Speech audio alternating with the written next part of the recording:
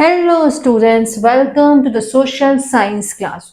हमने chapter start किया था यूनिवर्सल एडल्ट फ्रेंचाइजेस। मैंने बताया था कि सबके पास राइट टू वोट है आफ्टर 18 एज ऑफ 18। उसके बाद हमने स्टडी किया इलेक्शन कमीशन ऑफ इंडिया। अब हम आगे next topic, third topic step पे जा रहे हैं, that is managing the electoral process. जो इलेक्शंस जो होते हैं हमारे कंट्री, उनको प्रोसेस भी इलेक्शन कमीशन किस तरह से मैनेज करता है। अंडरस्टैंड करो, managing elections in India is a mammoth task. Mammoth word आपकी वर्ड बुक में दिया गया, मीनिंग है बिग। ठीक है। इलेक्शन कमीशन जो होती है वो क्या कराती है कि इलेक्शंस जो है ना, फ्री एंड फेयर इलेक्शन सबके लिए फ्री होती हैं और फेयर इलेक्शंस कराते हैं। ये नहीं कि रिच के लिए एक प्रोसीजर है, पुअर के लिए, मिडिल क्लास के लिए नहीं। Every person in the country जो है ना, सबके लिए जो वो इक्वल है। सबके पास आफ्टर एज 18 के एज के बाद सबके पास राइट टू वोट है। और इलेक्शन सबके लिए फ्री एंड फेयर कराए जाते हैं, इलेक्शन कमीशन कराए। वर्क इलेक्टोरल प्रोसेस जो है हमारा एफिशिएंटली वर्क कर रहा है, एफिशिएंटली वर्क कर रहा है। अभी तक इंडिया में एफिशिएंटली वर्क किया जा रहा है। देखा है आपको, हमारे कंट्री के अंदर इलेक्शंस जो है ना, पीरियोडिकली डिफरेंट डिफरेंट टाइम्स पे होते रहते हैं। आज इस स्टेट में हो रहे हैं, इससे different periodically means different different times पे इलेक्शंस जो है वो हमारी कंट्री के अंदर होते रहते हैं। तो वो कौन मैनेज करता है? मैनेज करता है इलेक्शन कमीशन। तो उसका प्रोसेस है, वो क्या करता है, जो भी इलेक्शन, अब इतना इलेक्शन को कंट्री को, हर एक स्टेट को मैनेज करना, सब कुछ मैनेज। तो एक मैंने आपको पीछे चार्ट बना कर बताया था, नेशनल लेवल पर, स्टेट लेवल पर, डिस्ट्रिक्ट लेवल पर, सब पे वो डिवाइडेड किए गए इलेक्ट्रल प्रोसेस जो डिवाइड किया गया है। ठीक है, मैंने आपको प्रीवियस वीडियो में पूरा चार्ट बना के बताया था। ठीक, तो पीरियोडिकली बहुत डिफरेंट डिफरेंट है। तो इतनी बड़ी कंट्री के अंदर सबको इलेक्शंस को कराना सबके लिए फ्री एंड फेयर, तो डिफिकल्ट है, एक बिग टास्क। डिफिकल्ट नहीं कह सकते, एक बिग टास्क हो सकता है, तो बिग टास्क है। ठीक है, अब आपके बुक में, सबके बुक में लोकसभा इलेक्शन का एग्जाम्पल दिया गया। ठीक है, मैंने वो चार्ट भी बनाया। अबाउट 980 मिलियन हमारी कंट्री के अंदर, 9 अबाउट, अभी सिर्फ अबाउट है, 980 मिलियन वोटर्स हैं जो वोट कर सकते हैं। ठीक है, 43 पार्लियामेंट कॉन्स्टिट्यूंसीज। इसका मैं हिंदी में मीनिंग बताती हूँ। आप सबने कभी देखोगा कि कितने सीट, न्यूज में भी देखोगा, हिंदी न्यूज या इंग्लिश में, कि कितने सीटों पे मतदान हो रहा है। हमारी कंट्री के अंदर 543 पार्लियामेंट कौन सी सीटों पे इलेक्शंस कराए जाते हैं। कितने वोटर्स हैं हमारी कंट्री के अंदर? अबाउट 980 मिलियन वोटर्स हैं, और ओवर 1 बिलियन पोलिंग स्टेशन बनाए जाते हैं। पॉइंट क्लियर होगा कि managing elections in India is a mammoth task. ये कितने हमारे अंदर, कितने 980 मिलियन वोटर्स हैं, और सबके लिए फ्री फेयर इलेक्शंस कराने हैं। इतनी सीटों पे इलेक्शन कराए जाने, इतने पोलिंग स्टेशन बनाए जाते हैं। हम देखेंगे कि गवर्नमेंट की जो टीचर्स होती हैं, कॉलेज के स्टाफ्स होते हैं, वो भी इस चीज के लिए इन्वॉल्व किए जाते हैं। जो लगाए जाते हैं, ड्यूटीज लगती है, उनकी इलेक्शन ड्यूटीज लगती है। इलेक्शन से फिर जब भी इलेक्शन होते हैं, जहाँ भी वोट प्रोसेस, वोट डालने के लिए हम लोग जाते हैं, वो क्या होते हैं, वो गवर्नमेंट के होते हैं। गवर्नमेंट के स्कूल होते हैं, कॉलेजेस होते हैं, जहाँ पे भी इलेक्शन होते हैं। तो गवर्नमेंट के स्टाफ की भी ड्यूटीज लगाई जाती है, टाइम टू टाइम उनको इलेक्शन की ड्यूटीज भी लगाई जाती है। ठीक है, मैंने एक आपकी बुक में भी एक चार्ट बनाओ, मैंने इसको, वही है ना 543, उसमें से 412 जो जनरल कैटेगरीज होती है। ठीक है, उसमें से 84 जो है वो शेड्यूल कास्ट होते हैं, 47 जो है वो शेड्यूल ट्राइब्स के लिए सीट्स होती है। ठीक है, ये 543 का टोटल है। ठीक है, अंडरस्टैंड।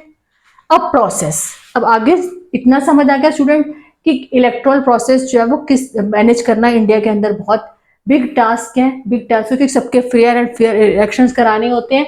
इलेक्शंस कराने होते हैं, अबाउट हमारे कंट्री के अंदर 980 मिलियन वोटर्स हैं, 543 पार्लियामेंट्री कॉन्स्टिट्यूंसीज हैं, और 1 मिलियन पोलिंग स्टेशन बनाने हैं। तो इतना सब कुछ करने के लिए वो बिग टास्क है। ये कौन मैनेज करता है? इलेक्शन कमीशन मैनेज करता है। ठीक है, ये एक चार्ट है, एक पॉइंट 412 जो जनरल होते हैं, 47 शेड्यूल ट्राइब्स होते हैं, 84 शेड्यूल कास्ट होते हैं। अब आगे मूव ऑन करते हैं। It is process of voting for Lok Sabha and state. ये प्रोसेस है, एक प्रोसेस है, process for voting for Lok Sabha and state legislative. Lok Sabha के इलेक्शंस का प्रोसेस और स्टेट, कभी आप स्टूडेंट्स अपने पेरेंट्स के साथ, अभी तो आप क्लास 8 का हम डिस्कस कर रहे हैं तो वेटिंग की तो नहीं हो स्टूडेंट्स। कभी आप अपने पेरेंट्स के साथ जब पेरेंट्स वोट करने जाते हैं तो कभी आप गए होगे, नहीं गए तो स्टूडेंट्स जरूर जाके देखना है एक बार, जब कभी भी इलेक्शन हो आपके स्टेट के इलेक्शन, तो आप अपने पेरेंट्स के साथ जरूर जाना।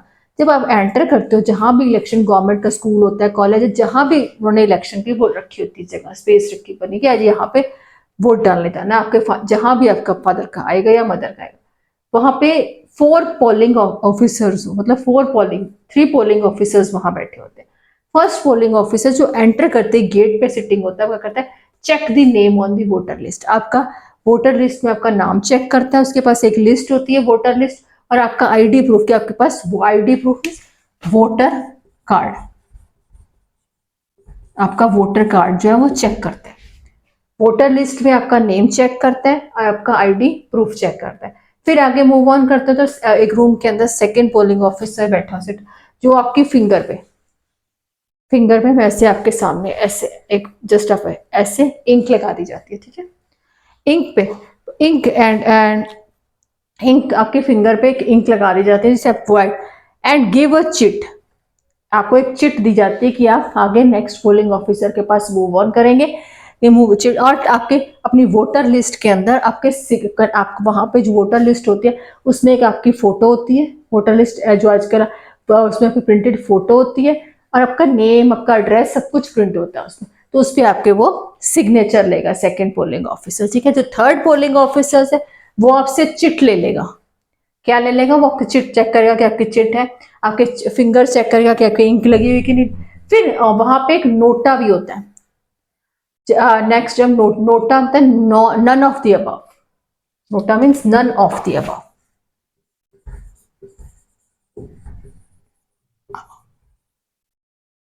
ये मैं आगे आपको एक्सप्लेन करती हूँ नन ऑफ द अबव।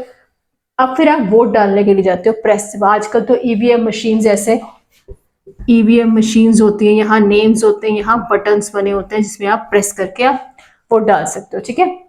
यहाँ पर डिफरेंट डिफरेंट नेम्स डले होते हैं, उनके वो बने होते हैं यहाँ पे बीप, ठीक है, ऐसे फिंगर से बटन टू वोट, ठीक है।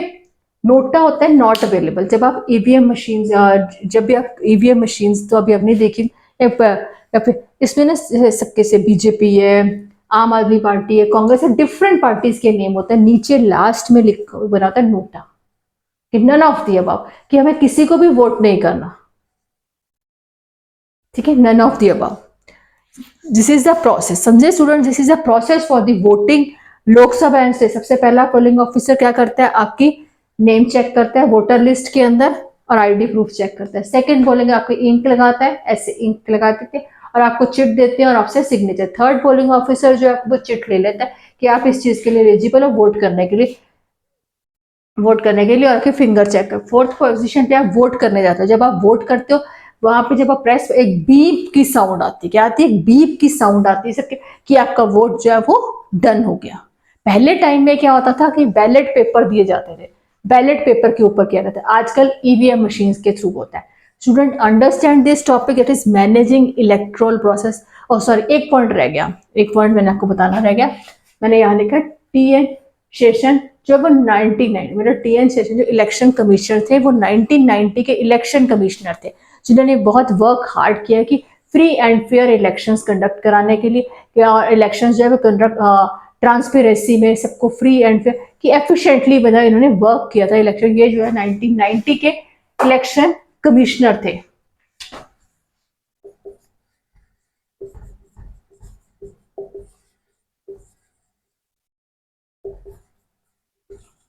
ठीक है, इन्होंने 1990 में क्या किया था, इलेक्शंस जो है कंडक्ट कराए थे, वो फ्री एंड फेयर थे। बहुत हार्ड वर्क किया था कि पूरी कंट्री के अंदर ट्रांसपेरेंसी से इलेक्शन हो, कोई वायलेंस ना हो, हिंसा ना हो, कोई भी प्रॉपरली इलेक्शंस करवाए गए थे। नहीं तो मोस्टली कई बार अपने न्यूज में देखा ना, कई बार अपने न्यूज में सुना होगा कि स्टेट में इलेक्शंस हो रहे थे, वहां पे वायलेंस हो गई, लड़ाई हो गई, झगड़े हो गए, फाइट हो गई, कि लाइन्स कुछ टाइम के लिए वोटिंग प्रोसेस भी रोक दिया जाता है कि दूसरी तो इसीलिए 1990 में जो इलेक्शन कमिश्नर थे उन्होंने बहुत वर्क हार्ड किया था कि पूरी कंट्री में जो इलेक्शंस हुए थे वो ट्रांसपेरेंसी में हुए थे, कोई वायलेंस नहीं हुई थी, फ्री एंड फेयर इलेक्शंस हुए थे। माइंड में ये पॉइंट रख लेना, कई बार शॉर्ट क्वेश्चन में ये क्वेश्चन आया था। वो इज 1990 में election commissioner, name of the election commission in 1990। That is T tension, ठीक है। Understand student, understand this topic, managing the erectile process. अगर किसी को कुछ नहीं समझ आया, बट बहुत इजी टॉपिक, अगर फिर भी किसी को कुछ नहीं अंडरस्टैंड हो, please please please write down on the comments. आपकी जब क्वेरीज को हम लोग क्लियर करते हैं तो हमें बहुत मोटिवेट करते हैं, मोटिवेट करते हैं। प्लीज प्लीज अपनी कमेंट्स में अपनी जरूर लिखोगे आपको कैसा लगा, क्या अंडरस्टैंड है, क्या वो मेरे को एक मोटिवेशन मिलता है। And please please subscribe my channel.